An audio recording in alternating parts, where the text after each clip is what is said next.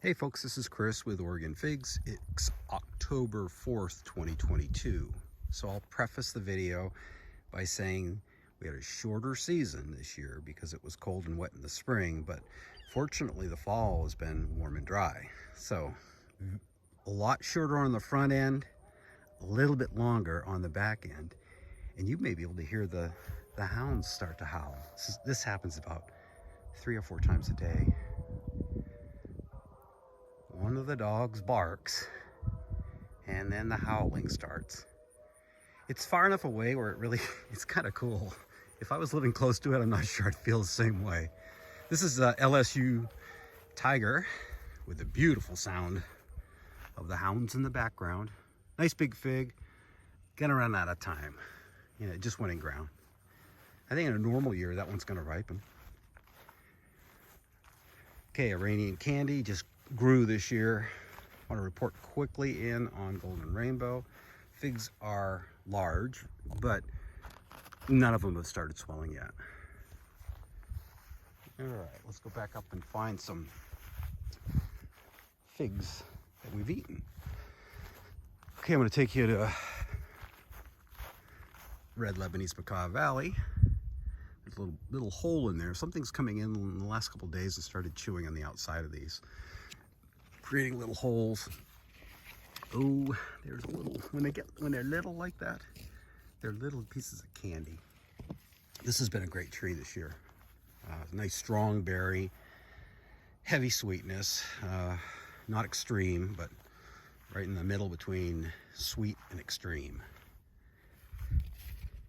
Campaneri, really pretty fig. It gets a lot of sugar spots and gets kind of ugly. It has a tendency, because the skin is kind of thin, if you really let it hang, it has a tendency to have cracks in the skin. And I could see that as being incredibly problematic if you were in a humid climate. For us out here, it is actually still a problem. I had a couple that were bad because of it. So, great candidate for the Pacific Northwest because it's early. I've got those 2 big black Zadars down there. They're not ready, unfortunately. One I took off already today, and there's another one another one that's coloring up there. That's kind of a new find for me. And then there's this one in here. So this will be part of today's tasting. And this is Marius Black Greek, or Black Greek Marius, technically. BGM. Got some big figs in there, not many. The tree's kind of in the recovery mode and put out very few figs, good size figs, but very few. Okay, Brown Sugar Crunch. Sitting down here showing off. Oh, that fig likes to show off. Such a great fig. Honestly, it looks like it's gonna ripen the whole crop in not a good year for ripening figs. So this one gets my highest recommendation for in-ground in Oregon. Here's one I really just don't know much about. Longitude. I've only ever had one fig off this tree, and it was in a pot. It was in a pot at the time. I think this one in the back, it's huge. I think it's ready. We might taste that today. Here's one that the weight of it tore it up top. See there, right up there? Let's take it off. Let's take a look at it. Ooh, I just ripped the skin right there. So, guessing maybe a pretty thin skin. Let's see. Yeah, look at that. Thin skin. First one from the in-ground tree. Oh, didn't expect that. No, I did not expect that at all. That's pretty. Oh man. Let's see if I can get a better angle on it with some sun on it, so you can see it a little bit better.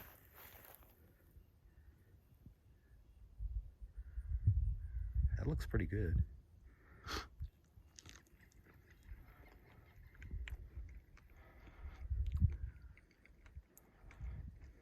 Quite a bit of seed crunch. Eating half the fig is a large portion.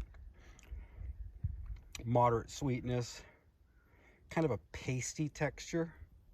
I'm not that impressed.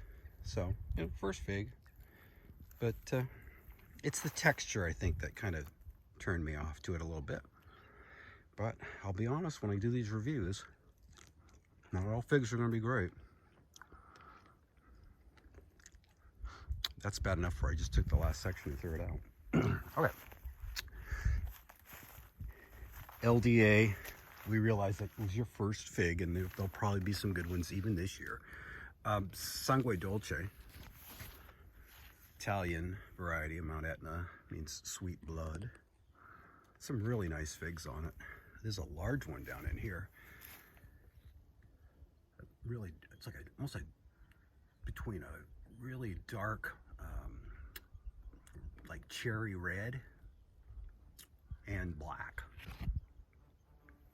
Really pretty color. So like I said, I tasted one of these yesterday. It was the second fig that I've ever had where I did taste blueberry, and it was delicious. So we'll be tasting these today. That'll be good. Really curious to see now with LDA. That one, remember, it was torn right where it connected at the neck and the stem.